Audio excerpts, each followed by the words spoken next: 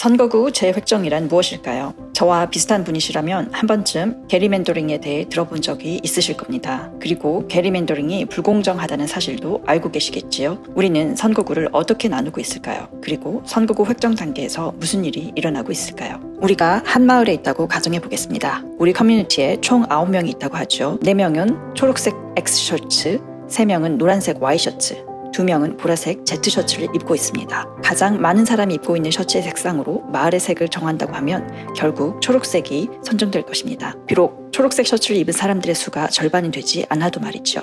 대신 선거구라는 것이 있습니다. 선거구는 입법기관 내에서 해당 지역 인구의 정치적 이익을 대표하기 위해 구획을 나눈 것입니다. 앞서 말한 마을을 여러 구획으로 나누는 것이죠. 간단하게 보입니다. 그렇죠? 사실 그렇지 않습니다. 선거구는 여러 방법으로 나눌 수 있으며 어떻게 나누느냐에 따라 특정 커뮤니티가 투표 영향력을 더 많이 또는 더 적게 가질 수 있습니다. 선거구는 10년 주기로 바꿀 수 있기 때문에 시간이 흐를수록 커뮤니티 간 투표 영향력의 차이도 커집니다. 이제 마을을 3개의 선거구로 나눈 방법들을 살펴보겠습니다. 먼저 세 셔츠 그룹이 각각 한 선거구에서 과반수를 이루고 오랜 시간에 걸쳐 자신들을 대표할 수 있는 누군가를 선출할 수 있는 방법입니다. 그런데 초록색 셔츠 그룹이 다른 방식을 제안합니다. 이런 식으로 선거구를 나누면 초록색 셔츠 그룹이 2개의 선거구에서, 노란색 셔츠 그룹은 1개의 선거구에서 다수를 구성하게 되고 보라색 셔츠 그룹은 모든 거버넌스 힘을 잃게 됩니다. 또 다른 방식을 적용해 보겠습니다. 노란색 셔츠 그룹은 이 방식이 마음에 들 것입니다. 한 선거구는 초록색 셔츠 그룹이, 다른 선거구는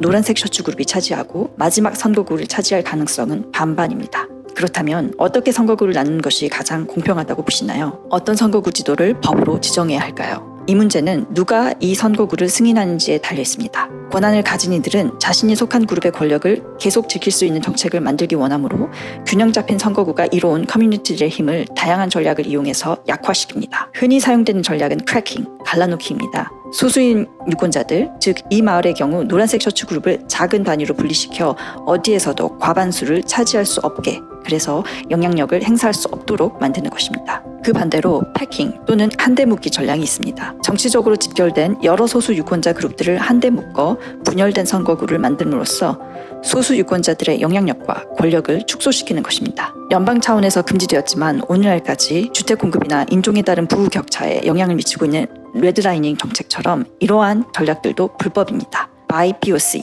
즉 흑인, 원주민, 유색인종 유권자들도 하여금 자신의 이익을 대변하는 후보자를 선출할 수 있는 기회를 줄이기 위해서 선거구를 획정하는 것은 1965년의 투표권법을 위반하는 행위입니다. 그럼에도 불구하고 펜실베니아 주에서는 이러한 전략들이 수년 동안 만연하게 자행되었고 그 결과 흑인, 라틴계 및 아시아계 미국인이 펜실베니아 주 전체 인구 중 차지하는 비율이 24%임에도 불구하고 펜실베니아 주의회 구성을 보면 백인의 비율이 훨씬 높고 또 보수적입니다. 그렇다면 이 불공정한 상황을 바로잡기 위해 무엇을 해야 할까요? 선거구 재획정 과정에서 인종평등을 우선해야 합니다. 우리 주 전체에서 흑인과 라틴계 및 아시아계 미국인 커뮤니티를 존중해야 합니다. 여기에 조금이라도 못 미친다면 공정하지 않은 것입니다.